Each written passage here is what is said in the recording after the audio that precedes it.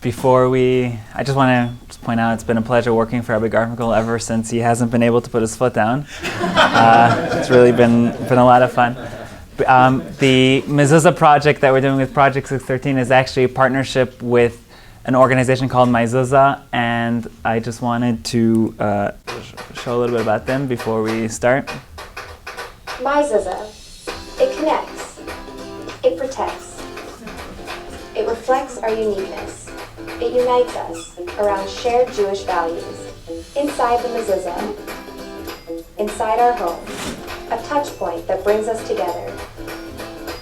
Mezuzah's goal is to put a mezuzah on the front door of every Jewish home in the world and bring fair trade standards to the production of mezuzahs. Mezuzah. Find out how you can get yours at mezuzah.org. So as you probably saw in the video, he looks invigorated, he looks happy. We're not going to talk about acting right now, we're going to actually talk about the mezuzah. So this following video is just something Rabbi Garfinkel videoed in his previous Spain trip, and there's another Spain trip coming up, so it's really unbelievable just like to get a glimpse of how mezuzah was seen in different periods. We're live with Nelson in the Jewish bookshop in Toledo. Because Nelson, now in a Jewish bookshop, what is the Virgin Mary doing over here? What's going on? This is actually crypto-Jewish mezuzah. Mezuzah used by the ones who pretend to be Christians, but underneath they were practicing Judaism. And since they were forced to remove their mezuzahs and put an image like this, like Virgin Mary, baby Jesus, or whatever, Yeah, what is it? they turned these into mezuzahs. No way, hold that there. They have the mezuzah cloth, wow. So this was a real legitimate Mezuzah, crypto-Jews mezuzah is called. crypto Jews mezuzah. Yeah, Wow. you will die, they find out you have this, but anyway, this is more powerful than anything. I prefer to die to give up your faith. Wow. All right, Nelson, thank you very much. You're What a welcome. lesson. So he actually means that they would actually burn someone if they figured out that what was hiding there. And you see people were going to such lengths to put a little piece of paper on their door. So hopefully we'll be able to get a little bit of a better understanding into what it's all about. And then hopefully we'll understand that a little better. So the things we should need to understand is, first of all, what is a mezuzah, what's inside a mezuzah, and what's the purpose of it. I think that's a pretty thorough way of approaching mezuzah. So first question, what is a mezuzah? So this is actually a trick question. Which one of these is a mezuzah? None of them. All of them, none of them, some of them. Depends what's inside. Right, so it's a trick question. So none of these, that's correct. None of these are mezuzah. These are all mezuzah cases. And there are many Judaica stores that don't want you to know this difference because this is how they make money. Sure, it's great, just put it up. You'll see miracles, it's going to be great. So this is a mezuzah case. Doesn't actually make a difference if you have a cheap one, expensive one. The main thing is what's inside. So before we approach that, I just want to show you a verse here. This is in Exodus, and it's talking about right before the Jewish people leave Egypt. And God says, you know, they've reached the 10th plague, the plague where all the firstborn of the Egyptians are going to be killed. And God says, make sure you put blood on your doorposts so that I'll know which doors are Jewish doors, and I'll skip them so that we don't have any casualties. Which makes sense, except that we're talking about God, and the assumption is God knows what's going on behind closed doors. So what's the point of this? What's with the whole blood in the doorpost? And this is actually the first time where we see the word mezuzah right there. The doorpost, mezuzah. Mezuzah literally means doorpost, but it's always used in reference to the mezuzah, what we put on the doorpost. This is the first reference, and hopefully through understanding mezuzah, we'll get a better understanding into what that was about. So what's inside a mezuzah? This is actually what the mezuzah parchment itself looks like. This is all in Hebrew. But in these are two chapters from the Torah. In these chapters, it actually says, put this on your doorpost. That's what I highlighted over there. Those two times, that's what it says. It says, put these words on the doorpost. So what's in here? If you are not colorblind, this should be very helpful. If you are, it runs in my family, so I'm not judging you. But in the blue, that's Shema Yisrael. That's like the Jewish mantra. That's talking about the oneness of God. In whatever color that is, similar to purple, that's talking about the importance of having a relationship with God. The green is is actually the most important mitzvah in the Torah, which is to learn the Torah, learning and internalizing Torah. In yellow, we have the mitzvah of tefillin, and in red, like we said before, is to write this down in your doorpost. That's the mitzvah of mezuzah. And then over here, this big paragraph talks about the consequences of good and evil, the fact that our actions actually have ramifications. They affect the world and can make it a better place, or vice versa. Then in green, again, learning and internalizing Torah, the mitzvah of tefillin, and then once again, the mitzvah of mezuzah. And one more line about the consequences of good and evil. So that is what's inside the mezuzah. What is the purpose of putting that on your doorpost? So just a cute little thing over here. We see the word. Anyone know what this word means in Hebrew? Deer. That's just a transliteration. You know what a deer is? We have some Israelis here. Deer. So deer. What? Animals. Exactly. It's a home for animals. If you add the letter Hey, which represents godliness, slight transformation, the word dira is a somewhat more famous word in Hebrew. Apartment, a place of human dwelling. So sometimes a small little difference in a home can take it from just a place where it could have been anything living there, including animals, and actually elevating and giving it more purpose. That is what a human home is supposed to be. So the point of having that on our doorpost is, first of all, supposed to be a personal reminder. As you leave, this person felt that's what was important for him to remember, and I agree. But the messages of the mezuzah are also very important to take with us as we leave our house and as we come back into our home. We're going to have a little more about that in a minute. It's also, aside from being a personal reminder for yourself, it serves as a public declaration. So there are lots of different homes around, and it's very easy to identify a Jewish home by this trademark of Jewish home being on the outside of the home. This is what people who are, for instance, collecting money for Jewish causes used to use before Facebook. But also, I personally was once lost in Amsterdam. Long story.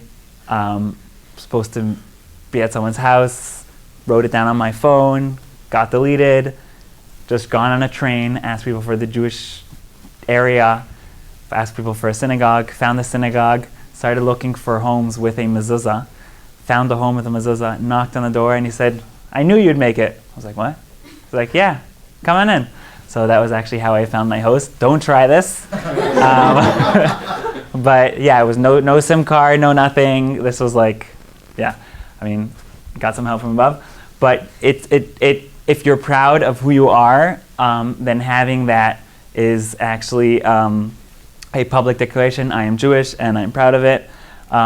It also serves as a personal affirmation. So in this picture, if you're able to read it, we see someone put an Obama Biden sign from 2012 with the sign, "Every time you steal our sign, you help donate to Obama's campaign. Thanks for the support." So it's obvious from this picture, he's constantly going out and buying a lawn sign in order to put it on his line. Like, who cares, right? But being able to have a public lawn sign is actually, like, if you're proud of who you support, that's what we spoke about before about the public declaration. But it also, there was an interesting study where they asked people if they're willing to put a huge lawn sign that says that, whatever it was, like texting and driving kills. And most people said no. And then they said, okay, are you willing to put a little bumper sticker with the same message? It says texting and driving kills. And many people said no, but some people said sure.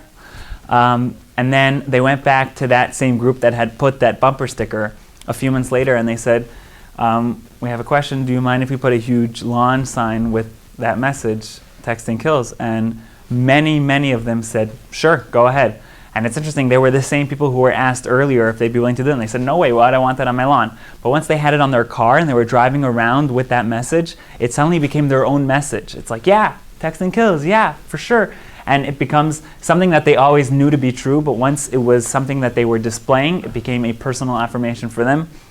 And suddenly they were much more proud of it. So having it on your doorpost, even if it's something that you believe in and care about, it being there not only serves as a declaration, but also in words becomes a personal affirmation for you.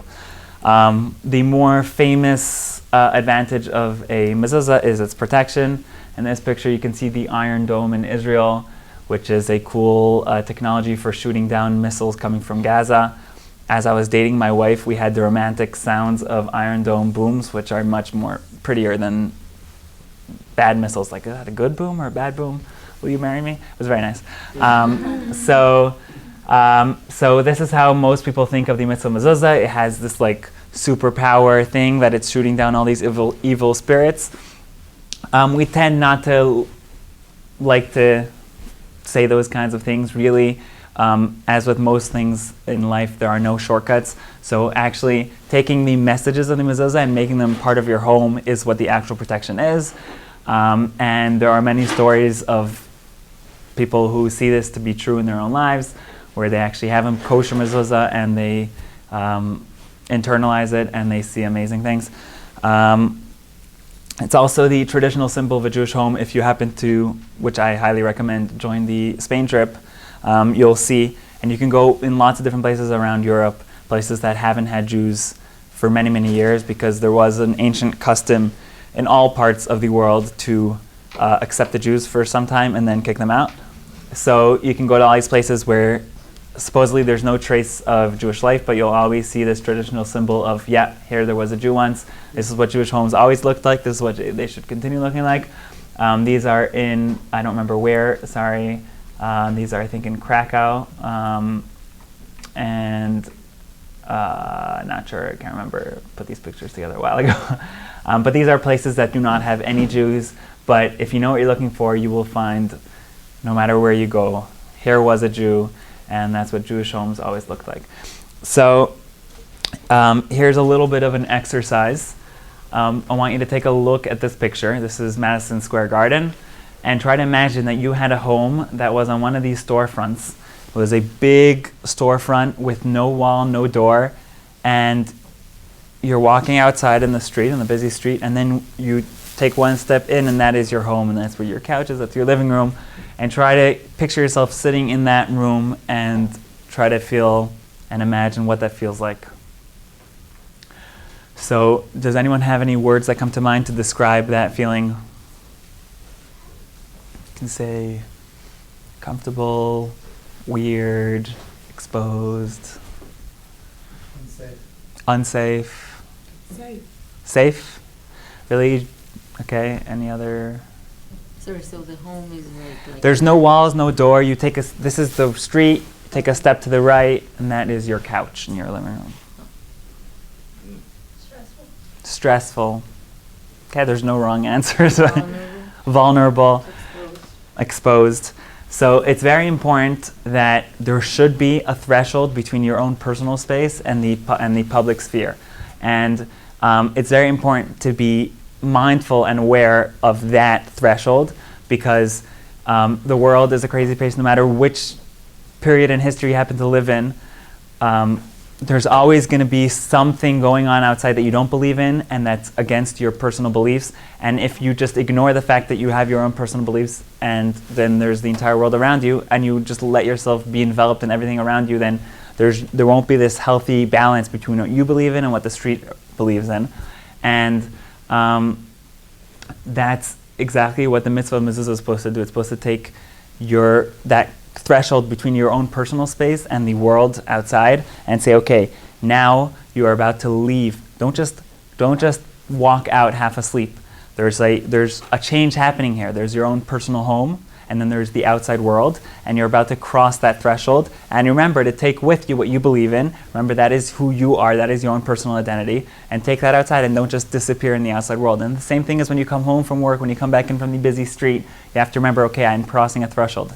And that is exactly why the custom is, as you go through that threshold, to take a moment to pause and to touch the mezuzah and just reflect on that for even a split second. That's a split second of, doesn't make any difference in your time, in your daily schedule, But as far as your awareness and your mindfulness about what you're about to do, it's not just another step. There was the public sphere and your own personal sphere, and there's a difference. That's two different things, and you're about to cross into that threshold. So I think it's a very important message. And the power that message has, if you look over here, this is the Israeli embassy in Egypt. And what is that picture doing here? So we started off with the question, why did God ask the Jews to put the blood on their doorstep? And the answer is everything we've been discussing. So if the Jewish people were very much integrated into Egyptian society, and there was no reason for them not to get the same judgment that the Egyptians around them were getting. But if they have a threshold that separates them from the outside world, and remember, we are different, we have our own morals and ethics. Egyptian society was totally out of control in terms of morals and ethics. And if they remember there is this threshold, that has the power to make their own personal space into kind of like an embassy. It's not even in Egypt. This is their world, and then the outside world is a different thing. So this is the modern example of that in the Israeli embassy in Egypt, where everyone around them wants the people inside to be dead, but this is actually Israeli territory. And that is the power that we have to do with our own homes. No matter what's going on outside around us, we have the power to make our own homes in a totally different sphere. And the way to do that is by controlling the threshold between our own personal space and the outside world. So that is just a few minutes about the mitzvah mezuzah. We are offering, in partnership with MyZuzah, we are offering free mezuzahs. And if anyone is interested, they can either approach me or go to myzuzah.org and put in the code Project613, and that'll get the no spaces. That'll get the $80 mezuzah that they're offering. They're offering really good mezuzahs. That takes it from $80 down to $0, which is a very good price. And then we will get a notice, and I will be in touch with you. But thank you for listening, and hope to see everyone next week.